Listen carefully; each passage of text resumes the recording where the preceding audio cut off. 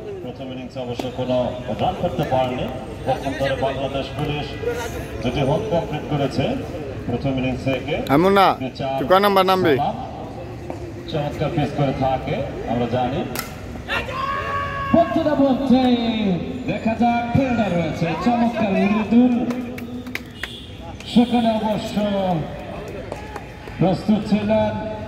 এই ক্যাচটি ধরতে তিনি অবশ্য বিন্দু মাত্র ভুল করলেন না। সাব্বির ভাই, সাব্বির ভিতরে থাকো।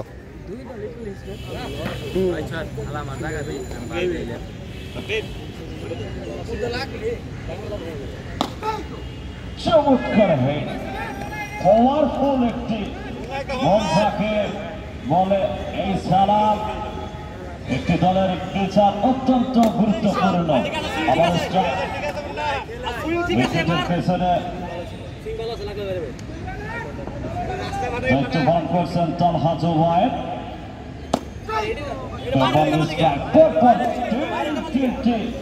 স্ট্রাইক আউট অনায়াসে ব্যাটারের জন্য দুঃসংবাদ, অর্থাৎ আউট।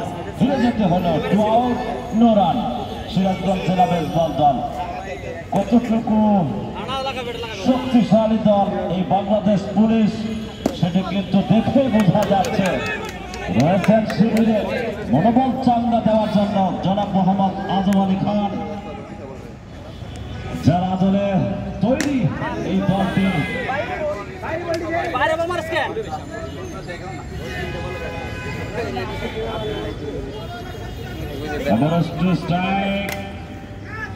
অত্যন্ত পাওয়ারফুল একটি বল ছিল, ব্যাটে বলে কানেক্ট ঠিকভাবে অবশ্য এরিয়ার মধ্যে নয়, যার কারণে ফাউল বল।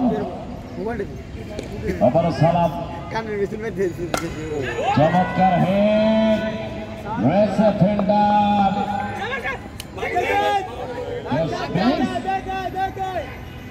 ভালো একটি সম্ভাবনার সুযোগ ছিল, এই ক্যাচটি ধরতে পারলে ইনিংসের পরিবর্তনের সম্ভাবনা ছিল। যা হোক, ম্যাচে এটি হয়েই থাকে, আমরা জেনে থাকি। অনেক সহজ ক্যাচ অনেক সময় মিস হয়ে যায়,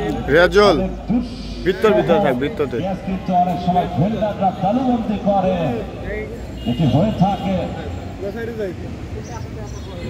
সালাম, স্ট্রাইক, 1 স্ট্রাইক, 2 আউট 9 রান। সুপ্রিয় দর্শক শ্রোতা, আপনাদের যথার্থ জানিয়ে দেই, ওয়ালটন 7ম জাতীয় পুরুষ বেসবল চ্যাম্পিয়নশিপ 2020-এর প্রথম সেমিফাইনাল খেলা অনুষ্ঠিত হচ্ছে এই পল্টন ময়দানে। দুই দলের মধ্যকার বাংলাদেশ পুলিশ বনাম সিরাজগঞ্জ জেলা বেসবল দলের মধ্যে।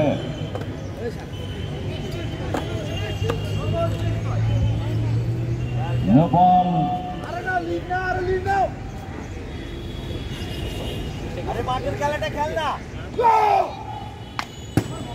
সংকেত দিলেন ফাউল বল। ফার্স্ট বেজের রানার অবশ্য চেষ্টা করেছিলেন ওই সেকেন্ড বেজে যাওয়ার জন্য। যা হোক,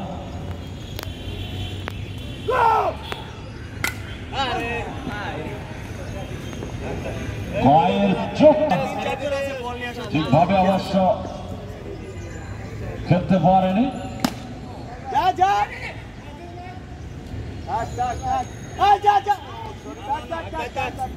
অবশ্যই ব্যাটারকে সতর্ক থাকতে হবে।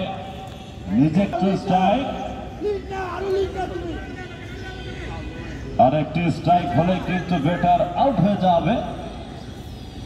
সালামের বল, চমৎকার ফার্স্ট বেস থেকে সেকেন্ড বেসে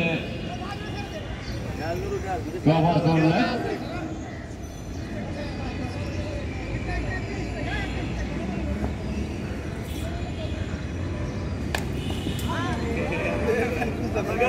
বারে বারে চেষ্টা করে যাচ্ছেন,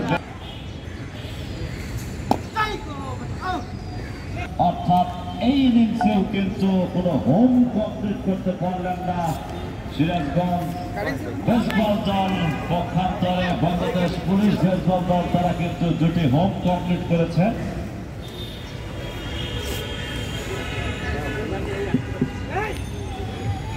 Hey,